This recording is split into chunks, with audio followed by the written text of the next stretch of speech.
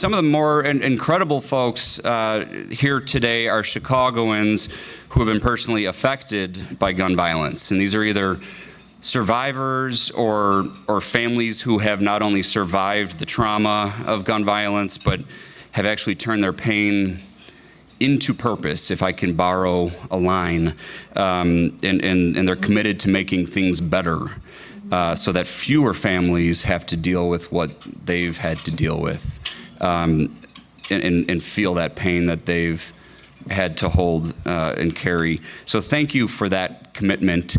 Thank you for your advocacy, and thank you for turning that pain and that grief into purpose and advocacy. It's very much appreciated. You all are doing your part. City Club is committed to doing our part, which is sharing this platform. We are partnering with the Joyce Foundation, in fact, and we're going to be, over the next several months, we're going to be hosting a number of events, a series actually that we're going to call Ending Gun Violence in Chicago. How about that? Ending Gun Violence in Chicago. Connecting policy, practice, and community. So yeah, we've got some big, bold ideas. We are going to do our part and share those conversations here. We hope that you'll join us next week. Actually, our first program is called the Ecosystem of Public Safety. It's on Thursday, a week from today, at the Harmon Square Community Center. So please join us for that. Pain Over Purpose, as I mentioned, the co-founder, Pam Montgomery Bosley, is here. Pam's going to be speaking at that along with the Joyce Foundation's Tim Daly and the Civic Committee's Eric Smith from BMO. So to join us for that, please head to our website or check in on the way out. It's going to be another great program. But today's program is really an incredible group of leaders. And we're going to be hearing from the state's leaders on the impact of gun safety laws. But to introduce our panel today, we have a special guest joining us. She is the founder of the Blair Holtz Peace Alliance and co-founder of Pain Over Purpose, along with Pam at St. Sabina. She also has a day job putting out fires that keeps her pretty busy. So please join me in welcoming a great civic leader, Annette Nance Holtz.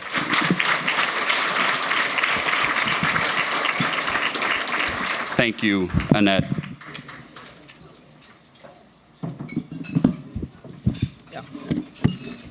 Good afternoon. Thank you, Dan. I'm so pleased to be here to open today's program on a subject matter that our government has finally recognized as a public health crisis that it is. I commend the Biden administration and the U.S. Surgeon General for recognizing that we in Chicago have been experiencing for far too long. For me, the issue is incredibly personal after gun violence took the life of my only child, Blair Holt. It has been 17 years since my son was murdered on a CTA bus, and I think about him every day. It is an agonizing wound that will never heal. Just like many other bystanders who simply are trying to go about their day in Chicago, Blair was riding a bus coming home from Percy O. Julian High School when a gang member came aboard and began indiscriminately firing at a rival gang member. Blair was an honor student at Percy Julian. He died shielding a friend from the bullets that ultimately took his life. Also, 4 others were wounded that day. They survived, but they will be traumatically impacted for life. That's what gun violence does. It impacts us for life. Blair had his entire life ahead of him before he, at 16 years old, chose to risk himself for a fellow classmate. His heroism on that tragic day is why I have chosen to fight every day since to put an end to senseless gun violence.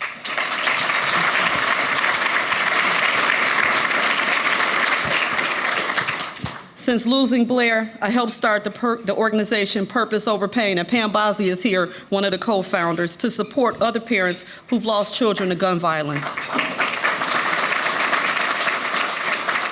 And his dad and I created the Blair Holt Foundation to provide scholarships to high school students in his name. Blair loved education, and he knew it was the only way to change this. I've also fought for meaningful change with other survivors working to pass the Cook County assault weapon ban over a decade ago. It was named after Blair Holt originally, and being among the proud supporters and leaders of the movement to expand that ban, that statewide ban last year. There is no doubt that these laws will make a difference, but there is so much more work to be done, and to help other parents raise their families in a world that seems more concerned about the rights of gun owners than the safety of innocent children. And let me just say, any person that's lost a loved one to gun violence, raise your hand. Look at this room. Look at this room. Thank you. I'm proud to live in a city and a state where we see public officials' commitment to our cause across government, and I thank them for their work. Thank you so much for standing with survivors of gun violence, because it means so much to us. We can't do it. Though I will never get Blair back, I continue to dedicate my life to creating a better and safer city in his memory. He would want me to do that, and I hope you all will too. So thank you, and I want to thank the City Club again for inviting me here to share a few words. I want to now welcome to the stage our panelists today, who are all dedicated champions of our mission. So Illinois Attorney General Kwame Raoul,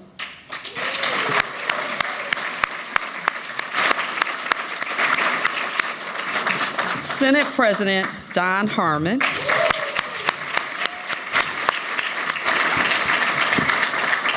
Illinois State Police Director Brendan Kelly, and G-PAC President and CEO Kathleen Sances. Please join us. Thank you. Thank you.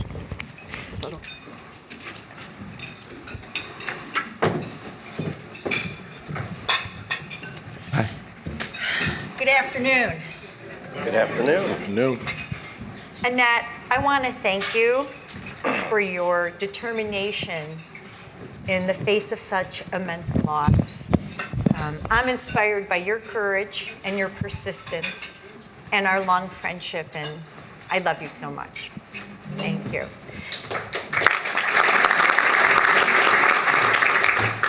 I want to thank the City Club today for putting together this impressive panel. I am honored to moderate the discussion.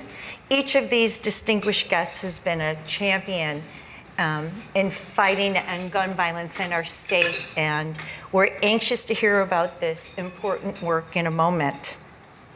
Just a few weeks ago, as Annette mentioned, the Surgeon General declared gun violence a public health crisis. 2 weeks ago in Chicago, during the July 4th week and weekend, we experienced 2 mass shootings and several incidents of gun violence, claiming 19 lives and wounding 100, over 100. And of course, over this last weekend, there was a deadly shooting at a Trump rally in Pennsylvania that shocked the world. It injured a former president, claimed the life of an innocent man. And immediately after the shooting, there were cries for let's end political violence. But our problem reaches far beyond politics, especially in communities of color and communities that have been historically disinvested. Gun violence is the #1 cause of death for our children. So let's call for an end to all violence.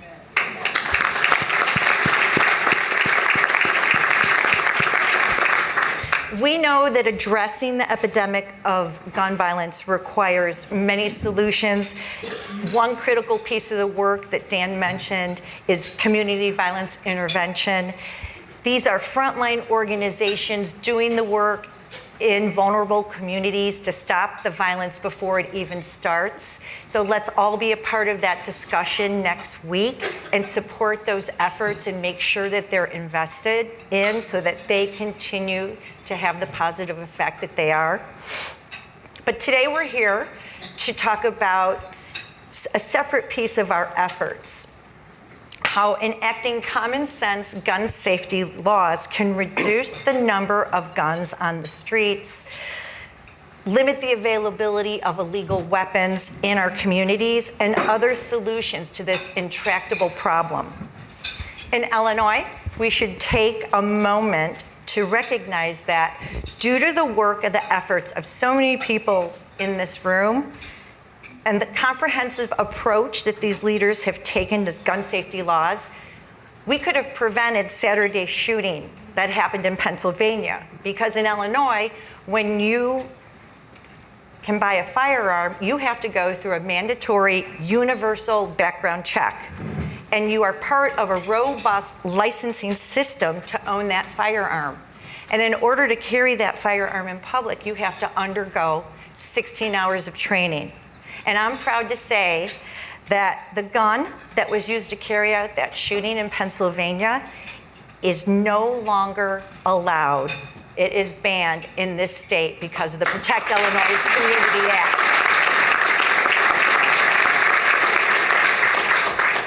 Another sign worth noting, a sign of progress, is that in Chicago from the years 2016 to 2023, the gun homicide per capita rate has decreased over 5%. And that's the trend we want to see. The gun rate homicide per capita is still much higher than we want, and it outpaces major cities like Los Angeles and New York, but the rate has dropped at the same time that many of the laws that we're here to talk about today were passed and took effect. Many of the organizations and committed stakeholders that we work to pass these reforms over the year are here today, and I just want to really recognize their work. One Aim Illinois is led by Yolanda Androzo.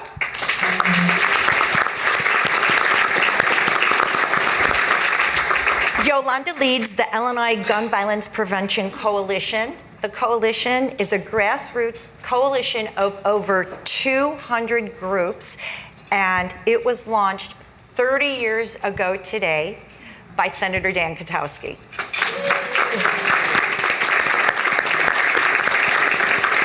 The coalition also includes important groups like Giffords, Brady United, and Moms Demand Action, also in our audience today. I want to acknowledge Tom Vandenberg, here he is, who courageously founded G-PAC after gun violence took the life of his son, Tommy.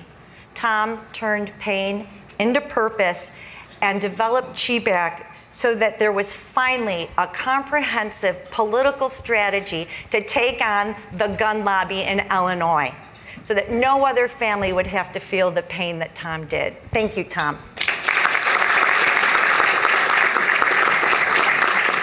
Finally, I would like to thank our Founders Circle members in the audience today, the individuals who fund this life-saving work, who know that elections have consequences, and we all know elections cost money. Please stand and be acknowledged. Bill and Maureen McInerney, Lucy Ascoli, Senator Dan Katowski, Mike Petting, and James Franzik.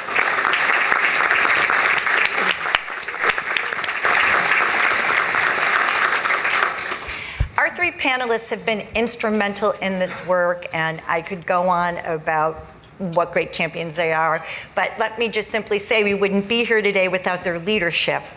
I want to open the discussion today with each of you briefly talking about your work in this area, and we'll start with the Attorney General. You say briefly? I sure did.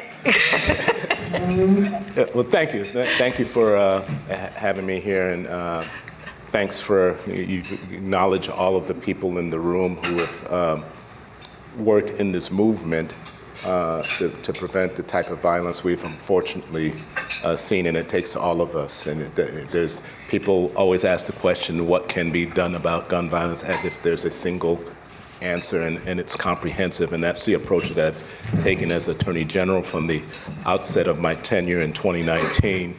I told my staff that we were going to establish, Kathy Hunt-Muse from my office is here, she heads up an internal task force, and so we've broken down the silos within the office, and we have all heads put together to think on a month-to-month basis, what can we do? And so some of those things have involved litigation. We sued to have a rogue gun manufacturer's license revoked. Obviously, we continue to be, people have misinterpreted the Supreme Court deny insert as meaning that's a final answer on the assault weapons ban, but we continue to defend the assault weapons ban as it's been sent back to us to continue doing so. We advocated for the Firearm Industry Responsibility Act that clarifies that our Consumer Fraud Act protects against deceptive or harmful marketing towards children or other illegal organizations with regards to firearms. We've worked with law enforcement partners such as the ATF, State Police, Cook County Sheriff Leo Schmitz is here on gun trafficking cases. And I had invited Christopher Amon as my special guest, but he's busy up in Milwaukee at some meeting they're having up there. I don't know what they're doing about. But I have to say, since the beginning of my tenure as Attorney General, the ATF has enhanced their partnership, and Chris Amon has been really good at sort of changing, and I'm sure Director Kelly can talk about that, the extent to which they've invited law enforcement partners into their crime gun intelligence center, and we've successfully used it to prosecute gun traffickers. And partnering with Director Kelly, we've tried to develop a tool of our own, Crime Gun Connect, which we've invested into setting up a crime gun tracing platform. Shout out Christel Perez, because there are two sides to this, and we have a lot of survivors here.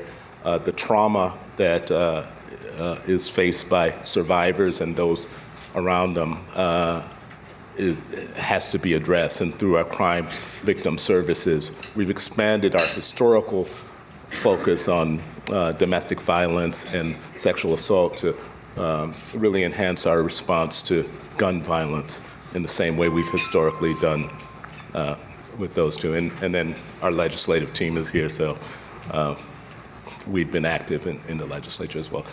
I couldn't do it briefly, I'm sorry. Oh, it's pretty good, pretty good. President Harmon?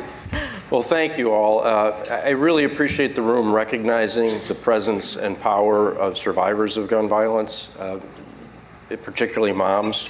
The activism of that community has really transformed the political debate. And I know some folks were recognized, but I want to shout out to, at our table, sitting with a good half of the Illinois Senate Democratic Caucus, is Bertha Purnell from the west side, from my district.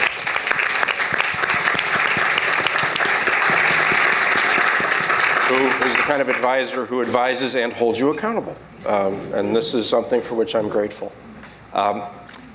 When I was elected in 2002, in my first General Assembly in 2003, Mayor Daley came down to Springfield with a package of legislative initiatives. I was asked to introduce the gun dealer licensing bill. And coincidentally, at the same time, Senator Tony Munoz introduced the assault weapons ban.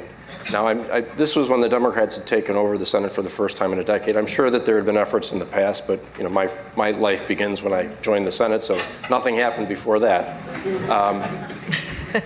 Needless to say, the bill didn't pass in my first General Assembly, and perhaps there was a little bit of a political gamesmanship involved in rolling out that package, but nobody told me, so I reintroduced it in the next General Assembly. And the next, and the next, and it never passed. It never got that critical momentum. It took 16 years, and finally, because of the engagement of survivors, because so much had happened to level the playing field, I was able to get that bill over the finish line. And of course, Governor Rauner vetoed it. So all that work goes into passing a bill, and he sends it back saying, it's too much of this, it's too much of that. And I remember sitting in my office in the Capitol with my green marker and just taking the bill apart and rebuilding it and tightening it up and addressing all the concerns that were raised. And we were able to pass it again with a handful of Republican votes, which is the first time I've seen that happen in a long time.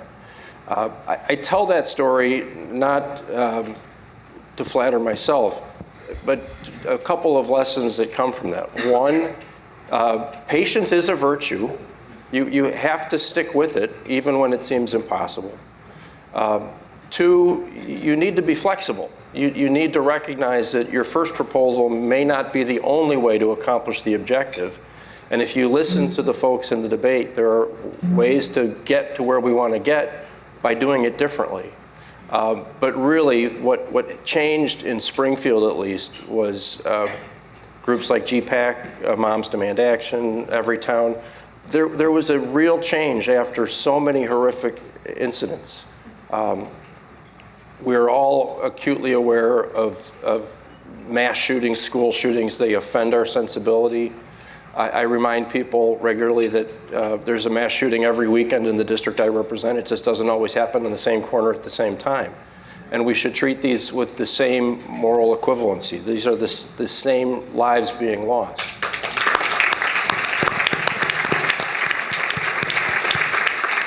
But we can't give up. We need to continue to marshal those resources. People of goodwill and common sense tend to agree on this. We just never had their power harnessed. And so to G-PAC and to all the other organizations, thank you for finally harnessing common sense.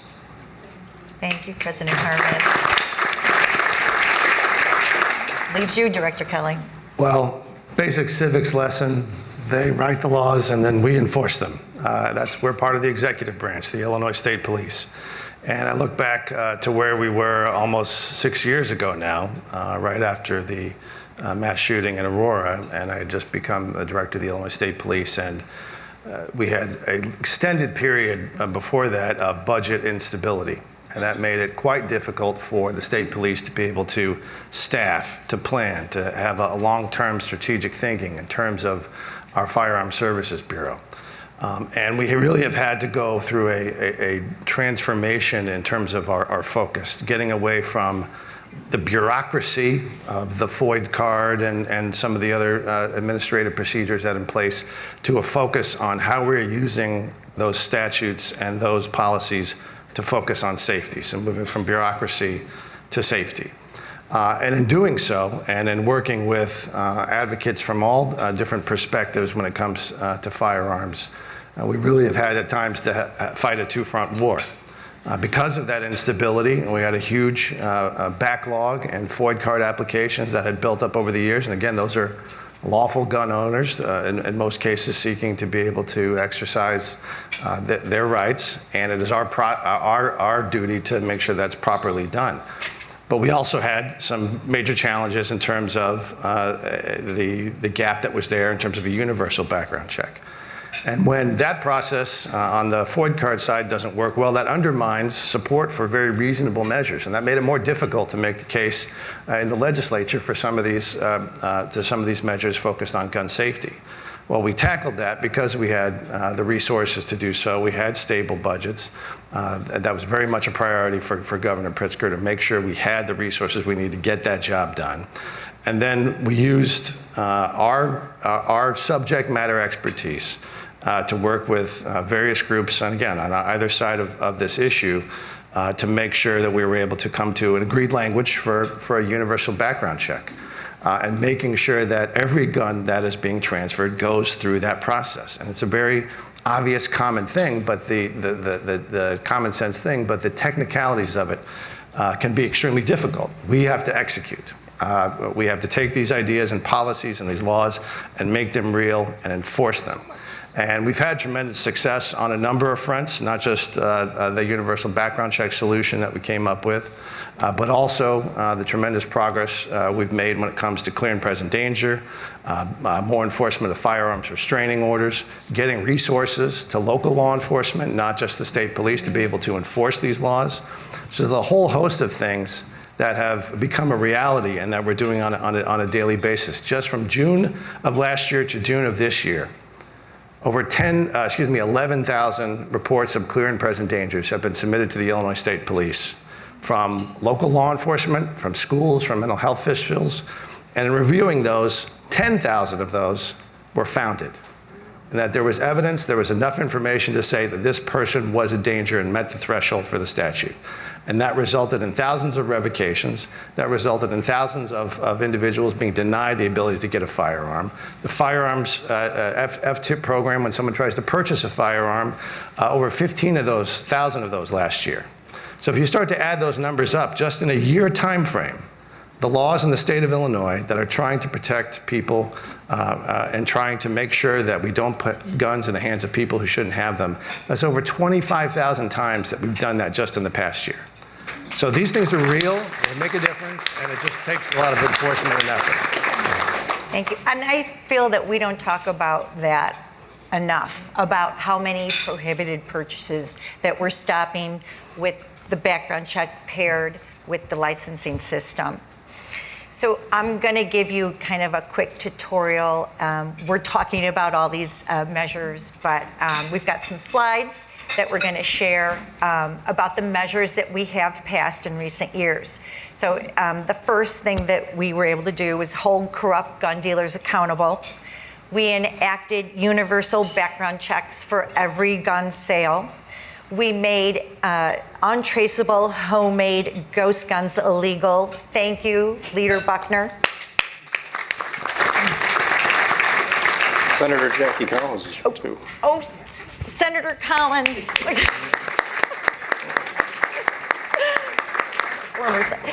We also banned military-style weapons in high-capacity magazines.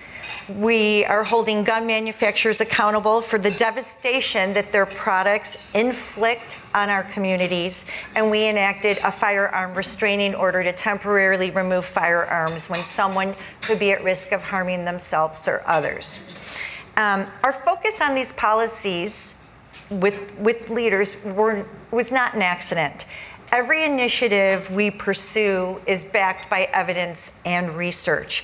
We work closely with Johns Hopkins, which provided extensive research and evidence valuable for how to end gun violence in Illinois. We were also guided by the 2017 Trace Report written with the City of Chicago, the Chicago Police Department, and the University of Chicago Crime Lab. President Harmon, I want to start with you. You've kind of covered this, but starting with the gun dealer licensing program and then moving forward to all these bills, can you talk about how many of the laws were passed because of robust advocacy programs? Oh, without a doubt, the advocacy programs have transformed the political debate. When I started in the Senate, there was really only one voice on guns in Springfield, and that was the State Rifle Association, our local chapter of the NRA. Even though we knew that most everybody, an overwhelming majority would agree with our position, there was no one organizing the overwhelming majority. And that was a real disadvantage. There were attempts, but G-PAC was one of the first to really harness that here in Illinois. There were understandable reactions to horrific shootings across the country that spurred Moms Demand Action and some of the other organizations. And that coalition here in Illinois, really transformed the debate. I have colleagues here, Senator Laura Murphy, Senator Selena Villanueva, Senator Lakeisha Collins, who represent different parts of the state, but I think you would all join me in saying that having organized constituents demanding that we do something really emboldens legislators to take on something that seemed too difficult to do before that. And do you think the power balance has changed? Without a doubt. And in some surprising ways, I think it is tipped in our favor. The State Rifle Association is still a formidable organization. There are still members of the Senate Democratic Caucus who have constituencies that listen to them, and we can't forget that. That's part of the conversation. But more than anything, it's in the districts that really had nobody organizing that now have a robust base of constituents coming in and saying, you need to do something about it and you need to do it now. And do you think that there are some districts where we still have some work to do? Absolutely. It is less a partisan issue than it is a geographic issue, an urban versus rural issue. The suburbs are looking more and more urban in their political demeanor, but my thinking on this has evolved over my time in Springfield. I grew up in Oak Park, a nuclear-free zone, as well as a handgun-free zone. We didn't see weapons growing up. If anyone saw a gun, something really bad was happening. You know, my colleagues from rural Illinois, they grew up with rifles in their homes. It was a tool. It's not something that they fear or think should be regulated the same way they might think an assault weapon should be regulated. We need to be more sophisticated and recognize that the actual distinction as well as the cultural distinction. Right. Attorney General Raoul, you've led the state's defense of Illinois' gun reforms against the gun rights movement, and I want to take a moment to say that on behalf of G-PAC and especially John Schmidt, former Associate Attorney General, we want to extend our gratitude to your team for their exceptional work in defending the assault weapons ban. Turn that way, not this way, because that's not true. Honestly.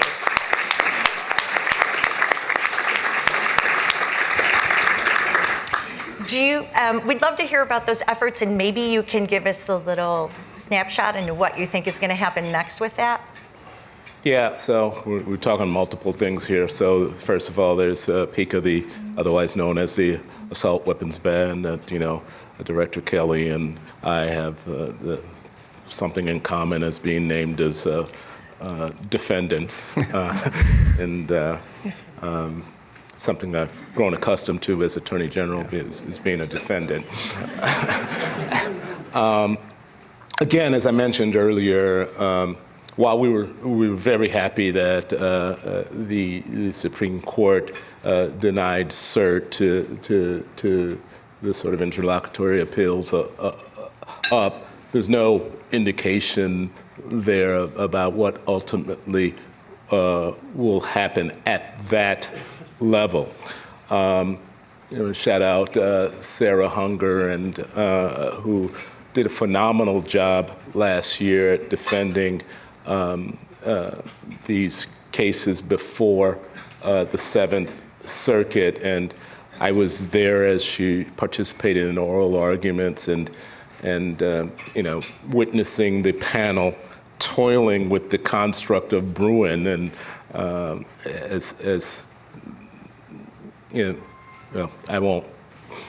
I have to be careful because they'll throw something at me. I will get if I talk about the construct that Justice Thomas has said we have to now evaluate these Second Amendment claims. But so it's a two-part test. First of all, answering the question of whether the text of the Second Amendment protects these types of weapons. And if anything, that Butler, Pennsylvania from last week illustrates for us that AR-15s can have lethality from long distance away, and that's not I don't think that's the vision of the framers back in the 18th century, that people were going to be walking around with AR-15s near schoolyards, presidential rallies, and places like that. It's more of a weapon of war. And in the Seventh Circuit decision, as they evaluated, they were making comparison of AR-15s to M16s based on how they can be adjusted with bump stocks. So the Seventh Circuit, not to get granular there, but the Seventh Circuit had to go through a decision-making of the likelihood of prevailing in further proceedings, and said that the plaintiffs did not have a likelihood of prevailing on both ends of the test, whether it's a type of arm protected by the Second Amendment, and secondly, with this evaluation of whether the tradition of laws regulated arms whether this is consistent with that. And on both of those points, they said the plaintiffs were not likely to prevail. We have to go back before Judge McGlynn in the Southern District, as well as we'll be back, inevitably in the Seventh Circuit. So this journey is not over. But in the meantime, assault weapons are banned in the state of Illinois. Yeah.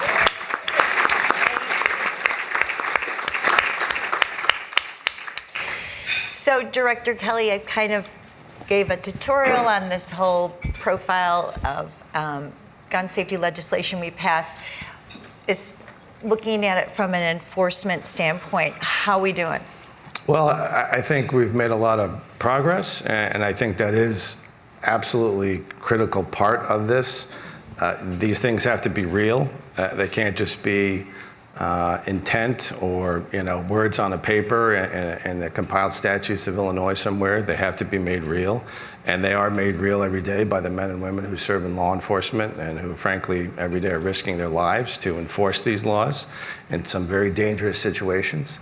The firearms enforcement funding that is part of the fee that we collect through the FOID fee that goes to local law enforcement. They are using those funds, our local law enforcement partners, as well as the Illinois State Police, to go out there every day when someone has been identified because their FOID card has been revoked and they have a purchase history, and we know the reason that they have been revoked. And they present a great degree of danger through a variety of factors that we consider. Those are the cases that we are working up, and we are making sure that the firearms that we believe they have are properly disposed of, either with law enforcement or someone who can lawfully have them. We see an increasing number of local law enforcement that have applied for those state police funds that we have, and they're using them.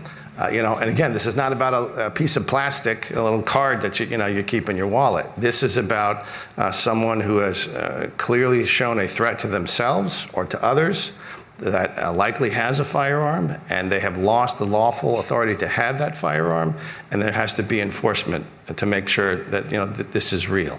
And it gets better every year. More and more individuals are being placed directly into compliance. More and more local enforcement is occurring. We've had to shift as an agency, and everybody knows the state troopers with the Montana P-Cats. You may have encountered them on the interstates from time to time, telling you to tap the brakes a little. We have, probably, or maybe worse, I don't know. That's your problem. But we've had to shift from a focus on traffic enforcement to trafficking enforcement. And that's the evolution of the state police in the 21st century and what we've been doing over the past 4 or 5 years. The gun trafficking, the human trafficking, the drug trafficking that is co-occurring.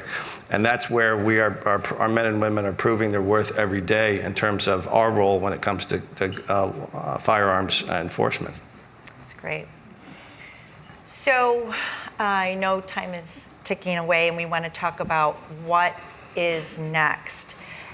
We know there's still a lot of work to do, and so I want to also just focus on Springfield, what's going to happen. There is a recommendation in the gun trace report that I mentioned before that we should enhance reporting of lost and stolen firearms.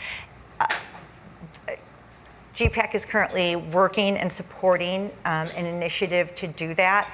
That will keep those guns from ending up in crime scenes. Related to that would be the safe storage of guns. If guns are stored safely, they won't be stolen and then again end up in crime scenes in the secondary market. And also, just as important for safe storage would be to curb suicide with guns and unintentional shootings. Can each of you take a minute to talk about some of these initiatives or other initiatives you think we need to consider moving forward? Yeah, so sure. Lost and stolen, I used the opportunity to shout out everybody I brought with me. So Caitlin McKellis sat as a Senate staffer with me years ago as we were negotiating the concealed carry bill that we were mandated to pass, and sort of the bargain there was to make sure that there was an element that required reporting of lost and stolen weapons. But as we've acknowledged, there's not really, we couldn't at the time, because of the politics at the time, really put any teeth into that. And so, yeah, I would applaud any effort to put more teeth into the enforcement of non-reporting of lost and stolen weapons. As far as any other potential legislation, or we've been working with law enforcement partners on reporting of crime gun trace data for Crime Gun Connect.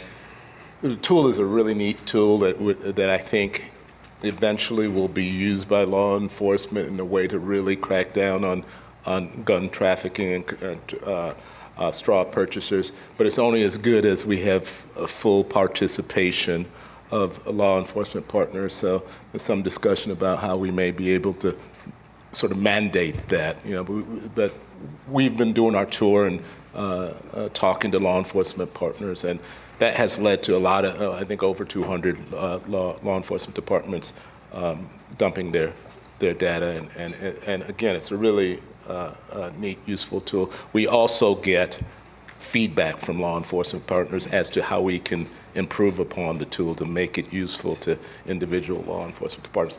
Because at the end of the day, the type of mass shootings and day-to-day shootings that Senator Harmon referred to, which is unlike what we're talking about in Highland Park, because just a week after Highland Park, there was Washington Park. It didn't get much attention, but those guns, as opposed to what was used in Butler last week, are illegally sold and trafficked in most cases. They're not guns that are legally bought. So cracking down on the trafficking, on the straw purchases, are critical to cracking down on the more frequently occurring types of mass shootings that we experience. I know the other ones get more of the attention, but the ones that happen more frequently and take more lives, focusing on the trafficking can go a long way towards curtailing those.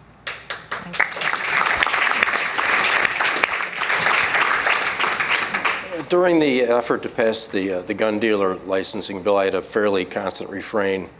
Somewhere between a legal gun manufacturer and a crime scene, there is someone pretending to be a law-abiding gun owner or gun dealer who is not. There is some break in the legal stream of commerce that puts the guns in the hands of the people who should not have them. That's why we focus on gun dealer licensing. That's why we should be focusing on lost and stolen. I remember debating a lost and stolen gun provision on the floor with Peter Roscom, who left a decade and a half ago for Congress. But I could not understand why people would be opposed to regulating lost and stolen guns until it became obvious to me that that's just the excuse people use after they've been caught. Oh, I lost that gun. How do you lose a gun? There's also, I think, a package potentially developing. You mentioned Senator Villivalum's bill on lost and stolen. Senator Ellman has the safe storage bill. The Supreme Court jurisprudence has really bound our hands in some ways in saying that people have a right to protect their homes, to have guns in their homes. That doesn't mean we can't put qualifications on. So sort of a safe home approach. Those two bills fit. I know we're going to be talking about Karina's Law at some point here. We have to be. The Supreme Court keeps throwing us surprises, and I will tell you, we were waiting on the Supreme Court's decision in Rahimi. Am I saying that right? Yeah. And they surprised me in saying that we can, in fact, regulate at that intersection of guns and domestic violence, and we need to. We're unpacking that decision now to figure out how Senator Villanueva's bill can be fashioned to fit very neatly within the Supreme Court's parameters. But I'm relieved that we seem to have some elbow room to move into that space now.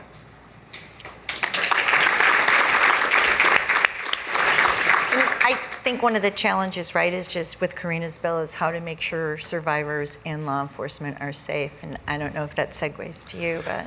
Sure, yeah, and for us, in terms of things that are important going forward, the continued budget stability. You have to have the resources to run these programs as well as fund law enforcement. So we appreciate the governor's very steady, consistent budgets that are balanced, that support the Illinois State Police. We appreciate the Senate leadership making sure that those things are properly funded as well as in the House every year. That consistency allows us to plan for the future and tackle these problems. That's a core thing. In terms of Karina's law and the essence of that, which is to make sure that someone who's been the subject of an order of protection does not have access to a firearm that they can then use to harm the person who filed the order of protection. I think the Firearms Restraining Order Task Force that was put in place after Highland Park, that did a lot of great work, and there's many people in this room that I want to thank for the work that they did to bring forward some ideas and some solutions. And I think some of the elements and the room to accomplish what Karina's law is trying to do is in that language there that we have here to provide to everybody to support that conversation. But I definitely think the lost and stolen firearms remains a big gap. It's in case after case after case. You track where the gun is. We use the systems that the Attorney General has provided. We use the systems that the ATF has provided. You see where these guns, the path that they've gone along, and you get to the person who's the last person that had it legally, and they say, well, I don't know, it was lost, it was stolen. And there's no accountability for that, and that is very problematic because that is often the shield that's used for someone who is supplying those guns for criminal activity. These are not guns that are being used to, go out duck hunting, okay? These are crime guns, and this is a gap that still needs to be closed. I mentioned that we really fashioned, our plan after the 2017 Trace Report, but I want to give credit to the Joyce Foundation, who actually recently released research on lost and stolen guns and recommendations for solutions. So just showing that from 2017 to this year, this continues to be a problem, and we need to do something about it. So thank you for that, Tim. I have a question. Are we taking any questions from the audience? Yeah. Dan says yes. If you have one, if there are any others, please let us know. Okay. While we're getting them, I'd like to shout out Cordelia Coppelson. Yes. He's the best. She's trained over 1,500 people, law enforcement officers, prosecutors, and advocates on the firearm restraining orders, which is so critical. Okay. Wow. Quick fire. Okay. I don't know how much time we have. How much time do we have, Dan? We have 7 minutes. Oh. Wow. Okay. This is from Rhiannon Jimenez from Moms Demand Action. Oftentimes, we hear police talk about the importance of community participation in investigations to assist in solving homicide cases. Can Director Kelly talk about what police are doing to encourage community participation in investigations, as well as what more could be done? Well, I think that is a constant challenge in every community. And it just really goes back to the most basic principles that we teach at the Illinois State Police Academy, the Peelian principles. They're almost 200 years old. The public are the police, and the police are the public. You can't have one without the other. You have to have a dialogue and communication between the two in order to be able to protect public safety. And there is no magic policy that can be passed to encourage that relationship. That's daily work. That's good training, that's persistence, it's leadership. It's, at least for the Illinois State Police, it's adhering to our core values of integrity, service, and pride, and making sure we're treating people respectfully. And I think some of the places where we're doing that kind of work, particularly when it comes to the expressway shootings, as well as a project we have in East St. Louis of the Public Safety Enforcement Group, there's really a huge focus on community engagement and that helps us clear cases so effectively. But it is not anything you can, sometimes there's no easy answer to it. It's just persistence, it's a commitment to listening to people, it's having the right attitude, and working through those complicated situations with patience, compassion, but adherence to the law. And it is very hard work, but we just have to keep at it every day. And I also have a question about the cold case bill. Addressing unsolved homicides, the rate in Chicago is only at 18.6%, and there is some pending legislation. I don't know, do you want to take that? Sure. Yeah. Okay. It's a good bill. We live in a world of infinite need and finite resources, and we're trying to figure out if there are creative ways to deploy police resources to tackle some of the cold cases. The unfortunate reality is there are way too many hot cases at the same time, and we need to find some balance. But some folks have offered some clever suggestions, and we're exploring those, so very much still on the list of things to consider. Great. And then we already dealt with Karina's bill, but thank you for submitting that question. We'll end with this one. Given the SCOTUS interpretation of a machine gun as applied to bump stocks, does Illinois assault weapons ban independently prohibit bump stocks? We prohibited attachments that would transform a gun into essentially a machine gun. Like I said, the Supreme Court keeps surprising us. I'm bracing for an unpleasant surprise on that side, but not giving up hope.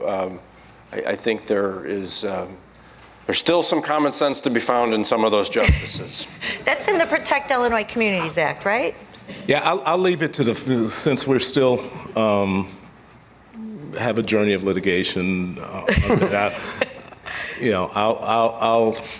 leave it to the future to have a final determination of the reach.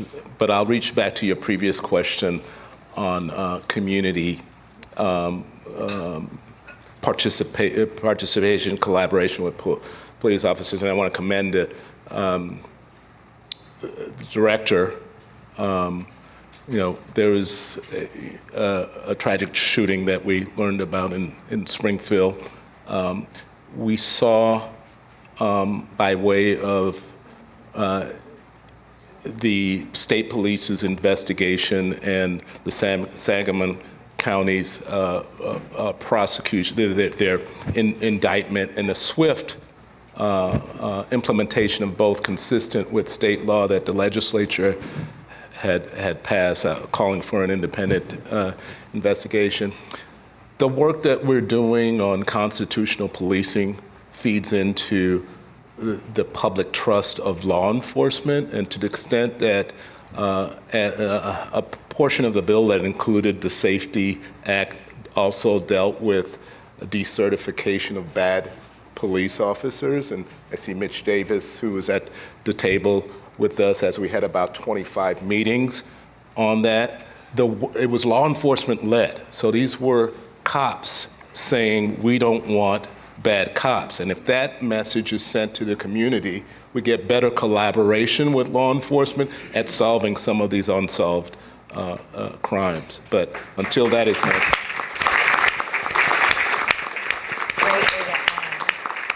All right, I want to extend my gratitude to the panelists today. I want to thank the City Club for devoting so much time to this very important issue. It was an honor to be with you here today. Thank you. Thank you, Kathleen. And thank you, G-PAC.